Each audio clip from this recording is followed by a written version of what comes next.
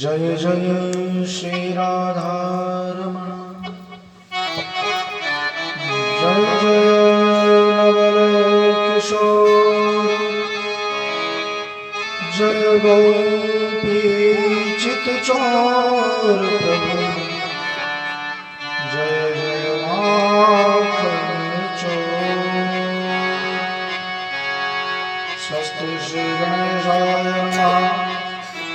स्वस्ति श्री गणेशाय नमः स्वस्ति श्री गणेशाय आइए हनुमंत लाल जी तेरा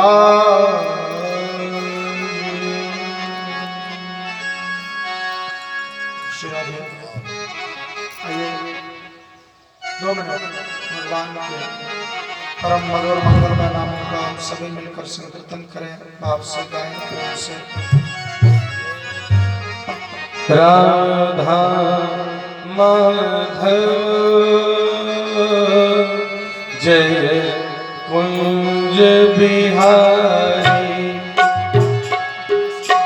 जय राधा माधव जय कुंज बिहारी, बिहारी जय राधा माधव जय कुंज बिहारी, जय राधा माधव जय कुंज बिहारी, यशोदानंदन जनमन रंजन, यशोदानंदन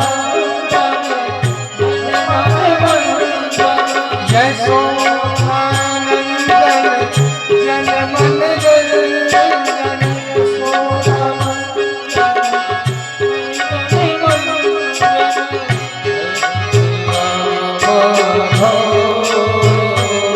जय कुंज बिहारी,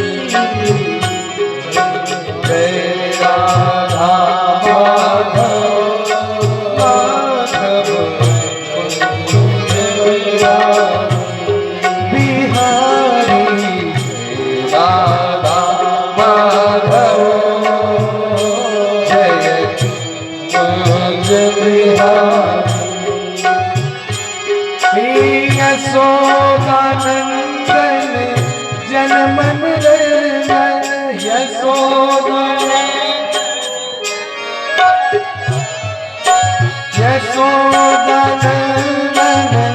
जनमन रंजन,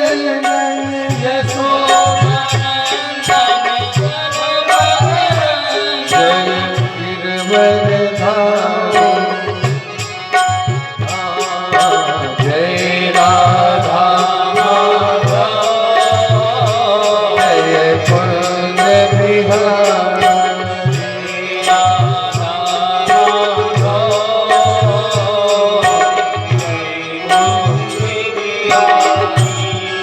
बिहारी जय राधा माधव जय कुंज बिहारी, बिहारी जय राधा माधव जय कुंज बिहारी, जय राधा माधव जय कुंज बिहारी,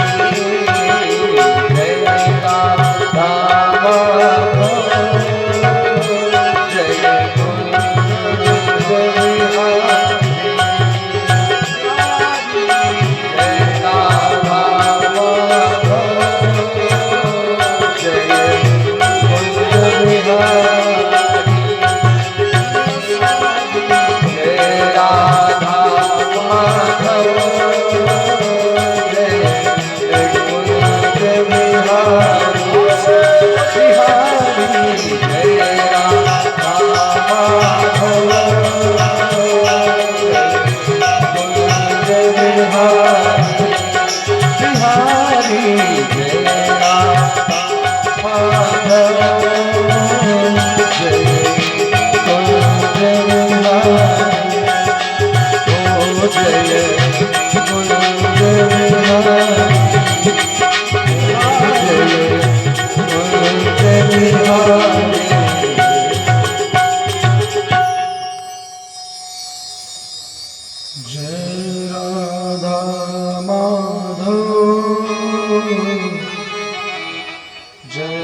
कुंज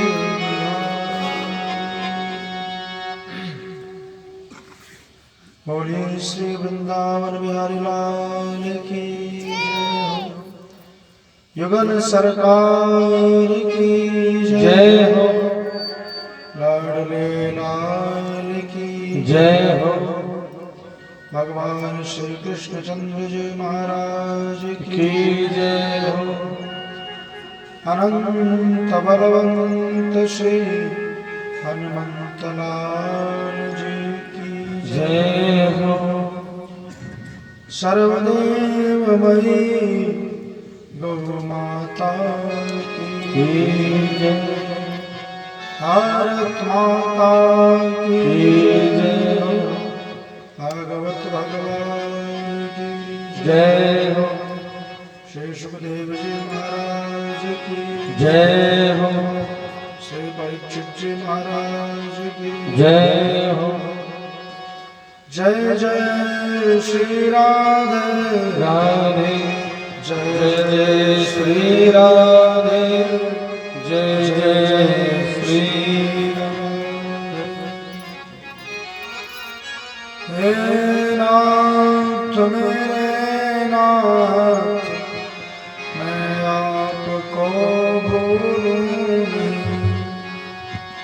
हे नाथ मेरे नाथ मैं आपको भूलूं नहीं। हे नाथ मेरे नाथ मैं आपको भूलूं नहीं। द्वारकाधीश की जय।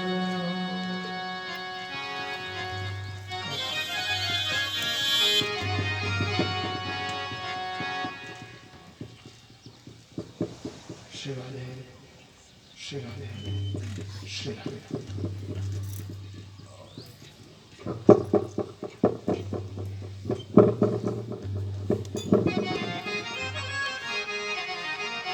मंच पर विराजमान परम मंगलमय परात्पर अखिलेश्वर तड़ित वंदन पीत पीतांबरधारी अकारण करुणावरणालय भक्तवांछा कल्पतरु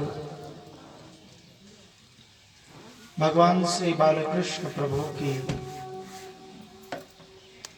वांग्मयी मूर्ति श्रीमद् भागवत जी महाराज एवं उन्हीं की पावन सन्निधि में विराजमान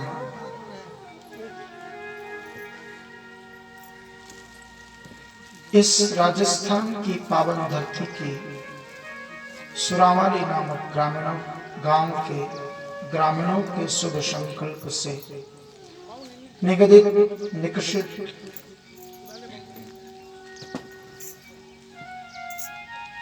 श्रीमद् भागवत कथा के हम छठे दिवस में प्रवेश करने जा रहे हैं। गौशाला की इस पावन भूमि पर विराजमान सभी देवतुल्य श्रोता बंधुओं, स्नेहमयी प्रेममयी करुणामयी आदरणीय मातृ शक्तियों, चराचर रूप से विराजमान श्री हनुमान जी महाराज एवं सभी श्रोता बंधुगण,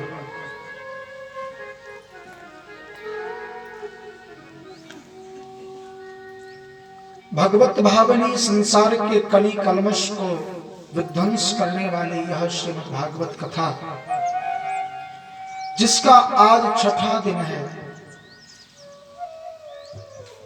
हम भाव से प्रेम से प्रवेश कर रहे हैं। जैसा कि आपको पूर्व में भी हम बता चुके हैं कि श्रीमद् भागवती वार्ता सुराणामपि दुर्लभा। यह भागवत की वार्ता देवताओं के लिए भी दुर्लभ है, ऋषियों महर्षियों की तो बात ही क्या। आइए आज अधिक देरी न करते हुए हम भगवान की इस आज मंगलमयी कथा की प्रथम बेला में प्रवेश किया। कल आप लोगों ने सुना भगवान श्री गोपाल जी नाना प्रकार की माखन चोरी लीलाएं सुनी आपने, भगवान की मधुर भरी लीलाएं सुनी, माधुर्य भरी कथा सुनी, गौचारण कथा प्रसंग का भी आप सबने श्रोता बंधुओं श्रवण किया। हम आपको कल बता चुके थे कि माखन क्या है। माखन अर्थात नवनीत। माखन का एक नाम है नवनीत। नित्यम नवीनम सर्वदा यस्य सह नवनीता। जो हमेशा सर्वदा नया बना रहता है उसका नाम है नवनीत। गोसाई जी कहते हैं अपने रामचरितमानस में, परहित सरिस धर्म नहीं भाई, पर पीड़ा सम नहीं अधमाही, परहित बस जिनके मन माही, तिन कछ जग दुर्लभ कहूं नाही। दूसरों के हित को जो अपना हित समझकर संसार की सेवा करते हैं उनके लिए, और दूसरों के दुख को अपना दुख समझकर जो संसार की सेवा करते हैं उन लोगों के लिए इस संसार में कुछ भी दुर्लभ नहीं होता।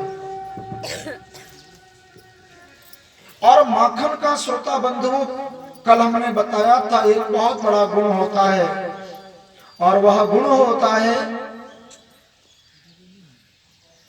शीघ्रातिशीघ्र पिघल जाना। आप माखन को हल्की सी गर्मी में रख दो वो पिघल जाता है। माखन समझते हो ना, कच्चा घी होता है।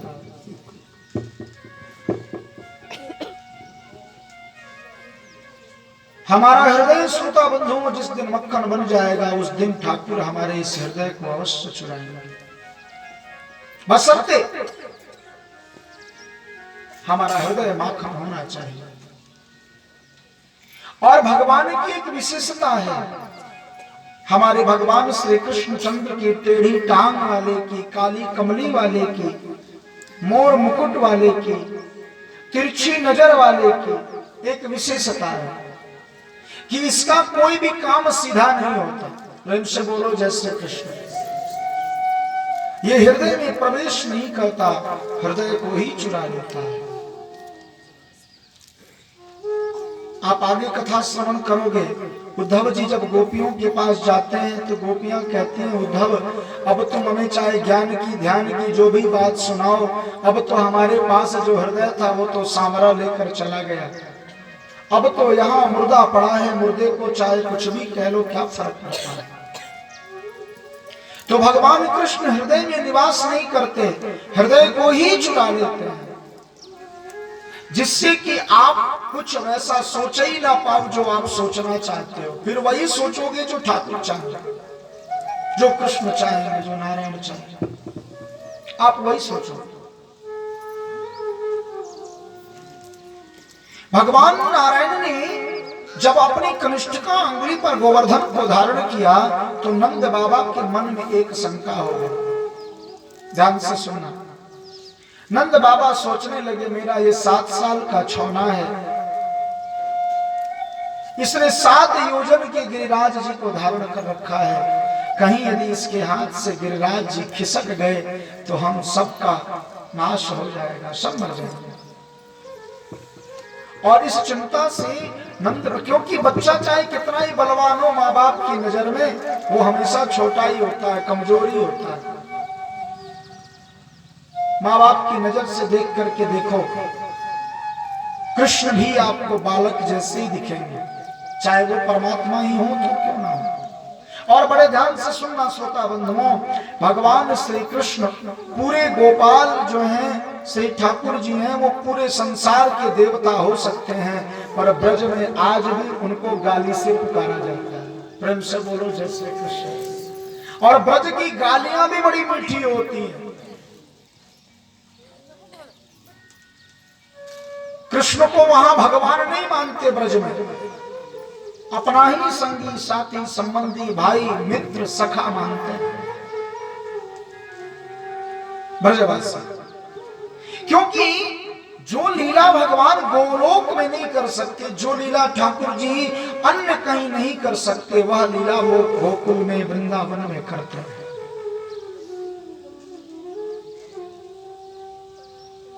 क्योंकि श्री गोपाल की लीलाएं ही ऐसी हैं। एक ब्रज के संत कहा करते थे कि एक बार भगवान श्री कृष्ण अपनी गौशाला में बैठे थे। छोटे से कन्हैया 7 साढ़े 7 साल के अपनी गौशाला में विराजमान थे कि तभी वहां एक गोपी आई। उस गोपी ने गौशाला से गोबर भरा अपनी टोकरी में, और जब वो ले जाने लगी तो टोकरी भारी हो गई, वो उसे उठा न पाई। तो पास ही में श्रीमान जी विराजमान थे। बड़े ध्यान से सुनिएगा। गोपी ने कहा कि महाराज थोड़ा सा नेक सी मेरी टोकरी को चखा दो, हम इसको लेकर के चले जाएंगे। भगवान ने कहा हम तुम्हारे पिताजी के नौकर तो लग नहीं रखे हैं जो हम तुम्हारी टोकरी उठवा दे। गोपी ने कहा महाराज उठा दो, हम आप जितनी टोकरी हमारे उठवाओगे उतने माखन के लौंदा हम आपको देंगे। जितनी टोकरी उठाओगे उतने माखन के लौंदा। भगवान ने कहा ठीक है। अब वो जब टोकरी उठाने लगी गोपी, तो क्या करती कि जितनी बार टोकरी उठाती एक छोटी सी गोबर की टिक्की भगवान के मुख चंद्र पे लगा दी। गिनती हो जाए ना बाद में कि कितनी टोकरियां उठाई। 100-150 टोकरी उठाने के बाद तो श्री गोपाल जी का छोटा सा चेहरा पूरा गोबर से ढक गया। गोबर का चंदन कर दिया उस गोपी ने पूरे चेहरे पर।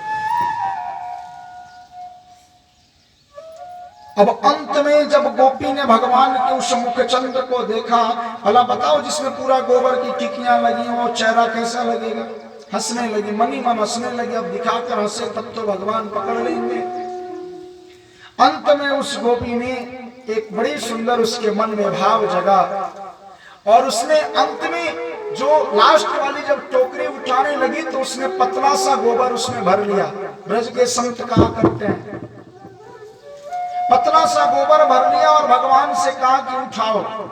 भगवान ने एक तरफ से जोर लगाया, दूसरी तरफ से गोपी ने जोर लगा दिया। भगवान का पूरा गोबर से अभिषेक हो गया। प्रेम से बोलो जय श्री कृष्ण। गोबर से नहा लिया।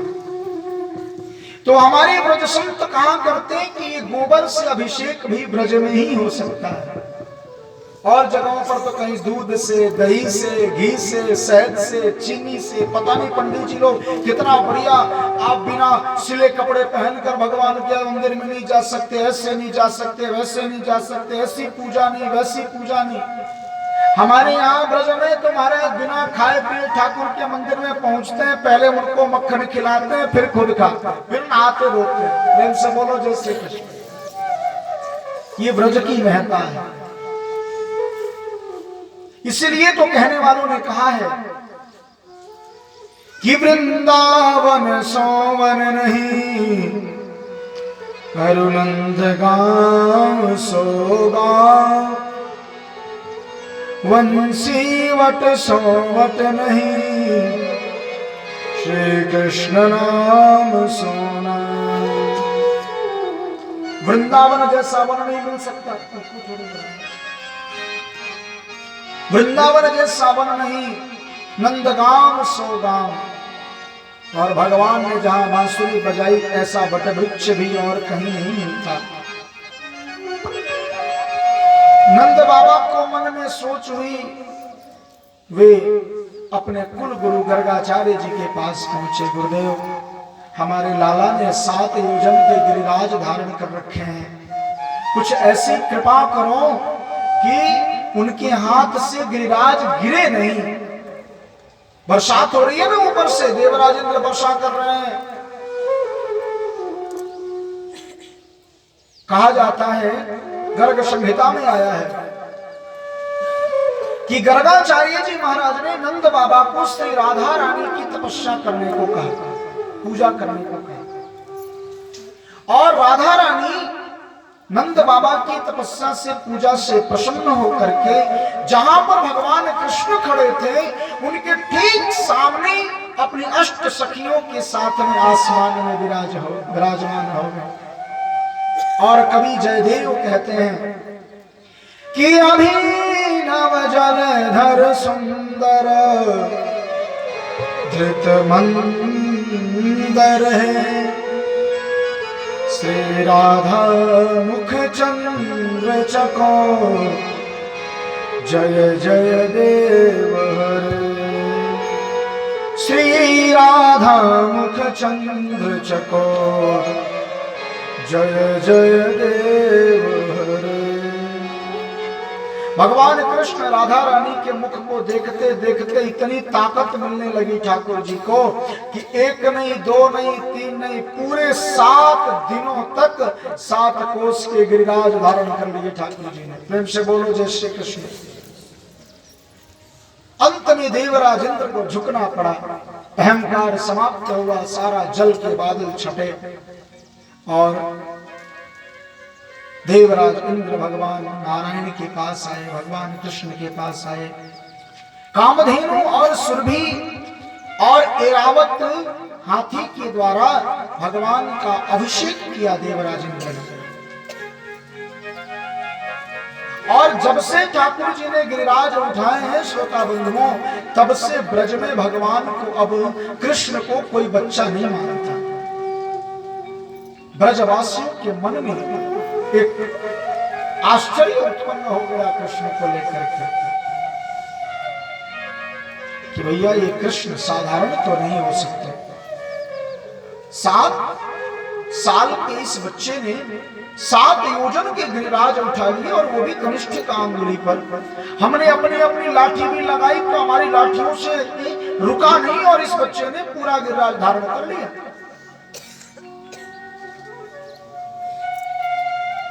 सब बड़े आश्चर्यचकित हो गए। अस्तु एक दिन एकादशी का समय, नंद बाबा यमुना जी में प्रवेश किए और यमुना जी में रात्रि के समय प्रवेश किया। कहा जाता है किसी भी नदी में, तालाब में शाम को 7 बजे के बाद प्रवेश नहीं करना चाहिए।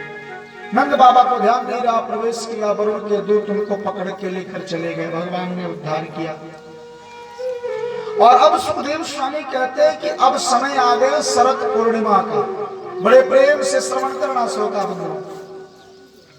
भागवत सब ग्रंथों का सार है और सभी ग्रंथों में भागवत सार है और भागवत में भी 10वां स्कंध उसका सार है। 10वां स्कंद में भी रास पंचाध्यायी सबसे उत्तम माना जाता है। इसमें भगवान की रास का वर्णन है और हम आपको कल बता चुके हैं कि रास किसे कहते हैं। जीव परमात्मा को पुकारता है मिलन के लिए, मिलने के लिए, और परमात्मा जीव पर प्रसन्न होकर के उसके अज्ञान रूपी पर्दे को खींच देते हैं और जीव परमात्मा का जो मिलन होता है श्रोता बंधुओं, वही महारास का। ये वास्तव में गोपियां स्त्रियां नहीं हैं, जीव हैं, ऋषि महर्षि हैं, जो भगवान को प्राप्त करने के लिए तपस्या किया जिन्होंने। और यही नहीं, अंत में भगवान से वरदान भी प्राप्त किया, शरद पूर्णिमा के दिन महारास दान करेंगे। और आज वही दिन आ पहुंचा है।